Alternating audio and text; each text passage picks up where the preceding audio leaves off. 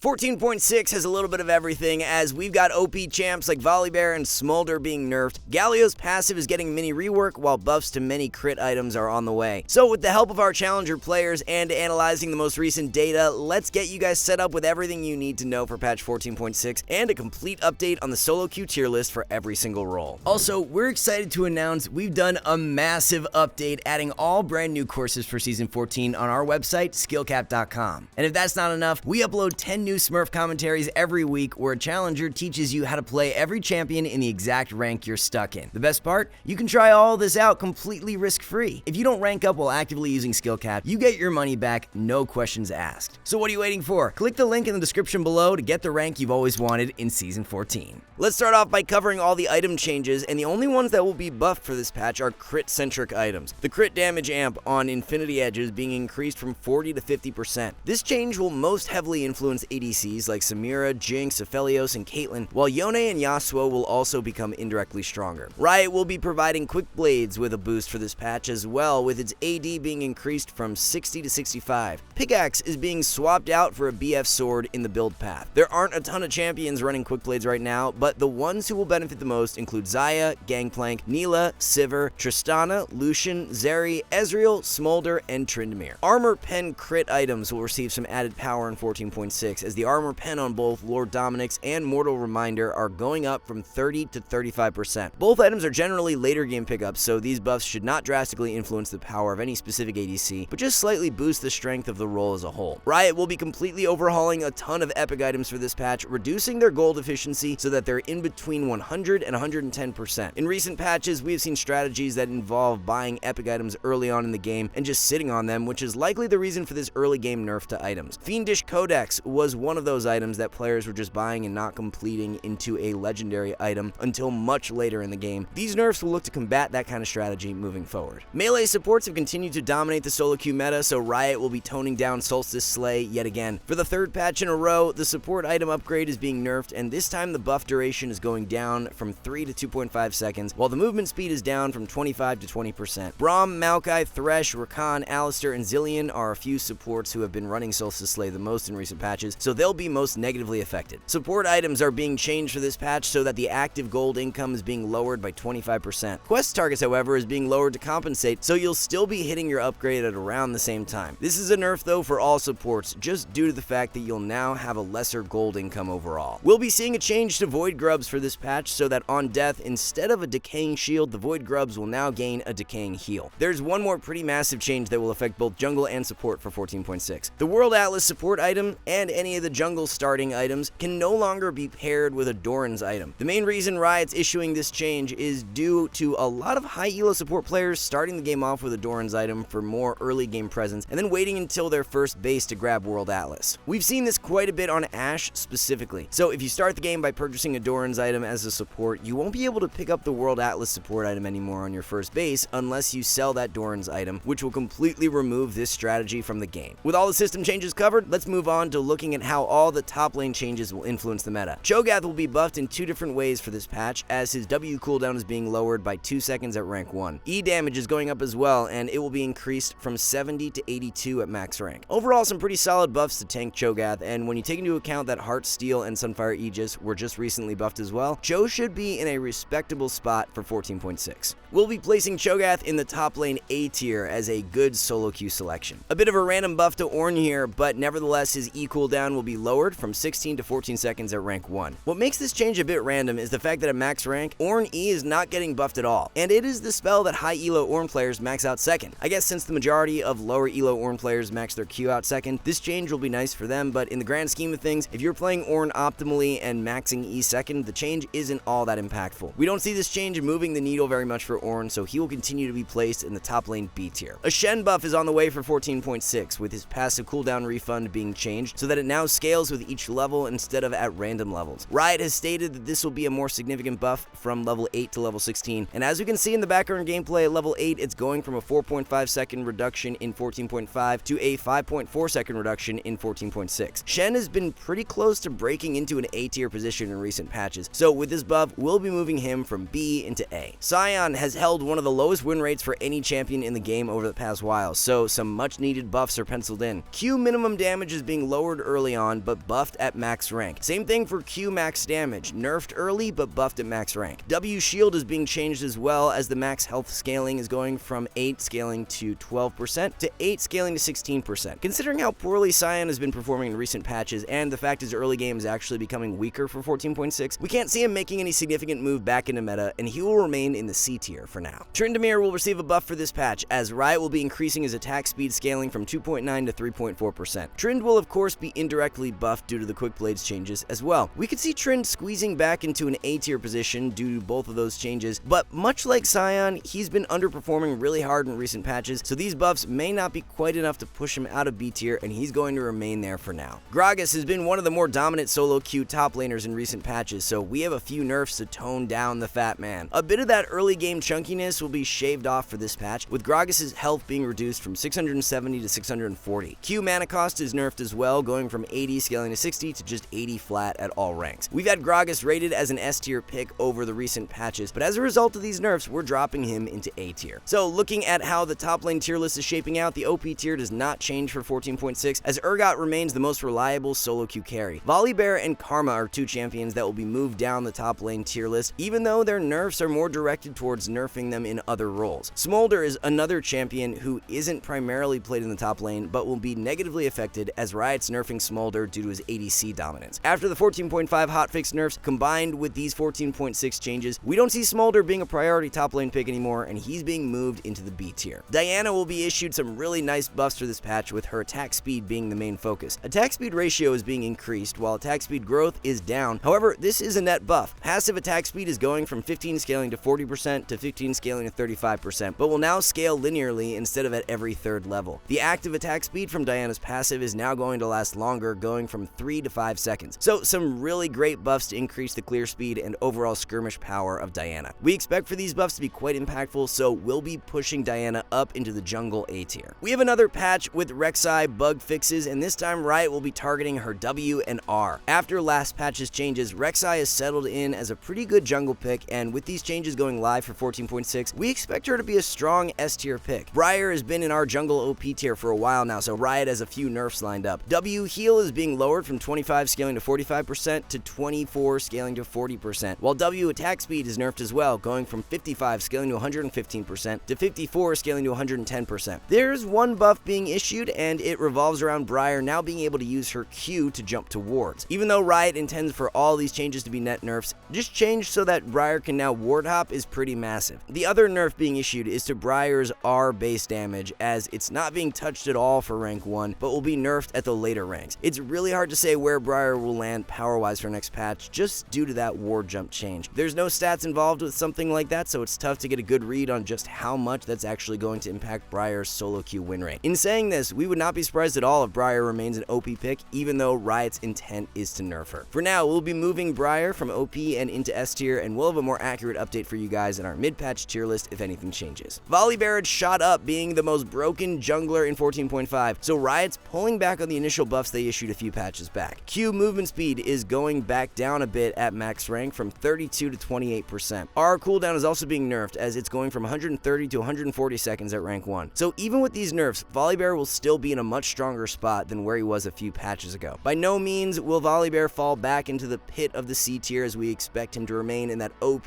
or S tier level. For now, we'll be leaving Volibear in the jungle OP tier, but a move into S could be warranted for the mid-patch tier list if the changes hit a bit harder than expected. The final jungler is being targeted with changes for 14.6 is Kayn. Riot's continuing to look for ways to shift power away from blue Kayn and onto red Kayn. For this patch, they'll be doing this by making a change to how actives interact with Kayn's Q. You will no longer be able to use actives during Q, which nerfs the instant burst power of blue Kayn when he's building Profane Hydra. Our bonus AD ratio is also being lowered from 175 to 150%, so this affects lethality Kayn the most. Red Kayn will be buffed for this patch, with the base percent health damage on Q being increased from 5 to 6%. As a result of these changes, we do expect for Kayn to become weaker in 14.6. Red Kayn is just heavily outclassed by blue Kayn right now, and the buff to Kayn's Q is likely not enough to move the needle. We'll be adjusting Kayn on the jungle tier list, moving him from S into A tier. So with all those jungle changes covered, here's what the tier list will be looking like in 14.6. Volibear will now be taking up the only OP tier spot. Now that Volley and Briar have been nerfed in 14.6, there really aren't any huge outliers that are more powerful than anyone else.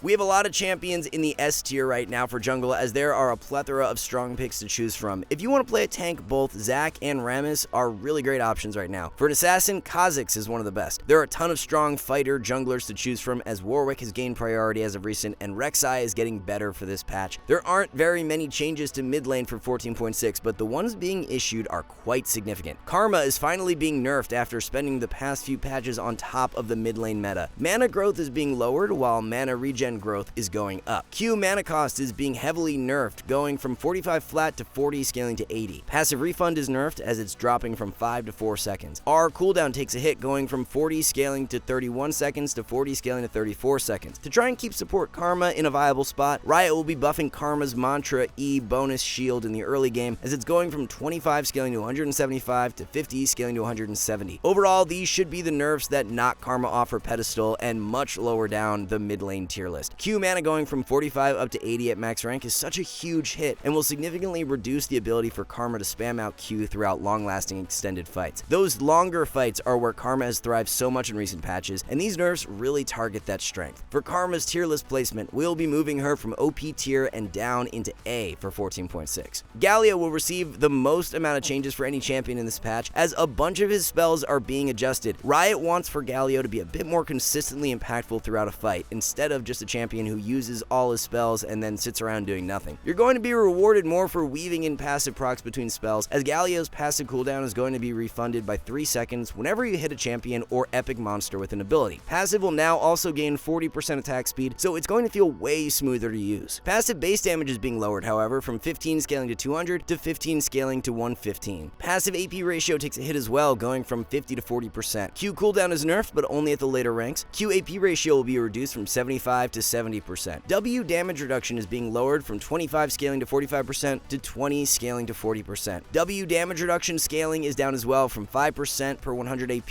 to 4% per 100 AP. W bonus magic resist scaling is going down from 12% per 100 bonus magic resist to 8% per 100 bonus magic resist. W damage reduction will now scale off 1% per 100 health to incentivize for tanky builds. W base damage will be lowered from 20 scaling to 80 to 20 scaling to 60. E base damage is down from 90 scaling to 250 to 75 scaling to 235. E non-champion damage is up, however, from 50 to 80%. So a TLDR on these changes are that Riot wants for Galio to become a better skirmisher instead of this one-shot with full combo type of champ. If you're building AP Galio for next patch, the damage output will be significantly weaker. On the flip side though, if you're playing tank Galio, the champion should be much stronger. With tank Galio, you'll be able to sit in fights for longer and consistently take advantage of the very low passive cooldown now. With massive changes like this, it's hard for us to predict exactly where Galio will land power-wise, but what we can say is that AP is heavily nerfed while tank is on the rise. For now, we will be leaving Galio in the mid lane A tier, and we will be sure to update you guys for the mid-patch tier list as to how Galio is performing, along with any new builds that pop up throughout the patch. So there's not a whole lot going on for mid lane in 14.6 due to the lack of adjustments for the role. With Karma dropping out of the OP tier, taking her spot as the queen of the mid lane will be Ahri. Ahri is just dominating the mid lane meta right now, and Karma being in a broken state was the only thing holding us back from moving Ahri into OP sooner. It's just so easy to be impactful with Ahri right now due to how broken her 2-item core is. Malignance and Lichbane provide you with so much point-and-click damage, which really lowers the skill required to play Ahri, as she can burst out squishy champions quite easily without even landing her charm. Although the Diana changes are being issued to help her out in the jungle, mid lane Diana should be an interesting one to track this patch as well. Mid Diana has actually been performing way better than jungle in recent patches, and we've had the champion in our S tier for a while, so as a result of her buffs, don't sleep on Diana mid in 14.6. Yone and Yasuo will be ones to track for 14.6 due to the Infinity Edge buffs. Both champs have been underperforming in recent patches, however the IE buffs should help to bring back some viability. There are just 2 ADCs being directly nerfed for this patch, and both of those champions were in our OP tier during 14.5. Senna is first up, as Riot will be significantly nerfing the strength of the champion in the ADC role, with her Mist Wraith spawn rate on minion kill being sliced from 8.33% to just 2.8%. It was obvious that the nerf last patch to where Riot reduced Senna's QAD ratio would not affect her power level for ADC at all, but we can't say the same about this change. This is a nerf that should result in a pretty big drop-off in Senna's viability for the ADC role, so we will be moving her from OP tier and into A. Smolder has been a bit of a balanced nightmare ever since his release, as he's being adjusted for the 4th patch in a row. 225 stack Q execute damage is going down from 7.625% plus 0.025% per dragon practice stack to just a flat 6.5 75% with no scaling. Execute will now only check after Smolder deals damage instead of any teammate. W missile width is being reduced from 125 to 115. E bonus movement speed will be nerfed from 100 to 75%. So the adjustments from last patch ended up increasing Smolder's solo queue viability, but it's without a doubt that these changes will put a dent in his solo queue strength. Definitely not changes that will kill Smolder, but we will be dropping the champion out of the OP tier and down into S. So with both of the OP tier champs from 14.5 dropping down, we have a brand new look to the OP tier for 14.6. This is kind of weird to even say, but the best solo queue ADC is Kog'Maw. It's been a long while since Kog'Maw has been a priority pick for solo queue, but that is the case as we head into 14.6. The buffs from 14.5 are what propelled Kog'Maw up the tier list, and he's only going to gain in priority for this patch due to the Senna and Smolder nerfs. Crit ADCs as a whole will be getting a bit stronger for this patch due to all the item adjustments we covered earlier in the video. ADCs that do not build crit, who have already been struggling in recent patches like Kai'Sa, Varus, and Kalista, are only going to become weaker in relation to everyone else. Riot has left support hanging in 14.6, at least in regards to the champion changes, as there's not a single support champ who will be directly adjusted. Unless you count Karma, but she is being nerfed more specifically due to her mid lane dominance and not because of support. There are indirect changes that will influence the role for this patch though, and we've made a few changes to the tier list as a result. Solstice Slay being nerfed will lower the power of strong champs from 14.5 like Blitzcrank and Maokai, and we believe it will be the tipping point to remove their OP tier statuses. With Maokai and Blitz leaving the OP tier, moving up and joining Janna will be Zyra, as she's been on the verge of OP in recent patches. Even though the changes to Karma will more significantly affect her power in the mid lane, Karma support will be getting weaker as well. Support Karma has been a rather weak pick already in recent patches, so she's going to be one you want to stay away from in 14.6. If you truly want to improve and rank up fast, head on over to SkillCapped.com. We just finished a massive update adding all brand new courses for Season 14. We even upload 10 new Smurf commentaries each week where a challenger teaches you how to play every champion in the exact rank you're stuck in. And remember, you can try all this out risk-free. If you don't rank up while actively using SkillCapped, you get your money back, no questions asked. So what are you waiting for? Click the link in the description below to get the rank you've always wanted this season. So there you have it, guys. This is what we're looking at as we head into patch 14.6. Thank you all so much for watching. Good luck in solo queue, and we'll see you back soon.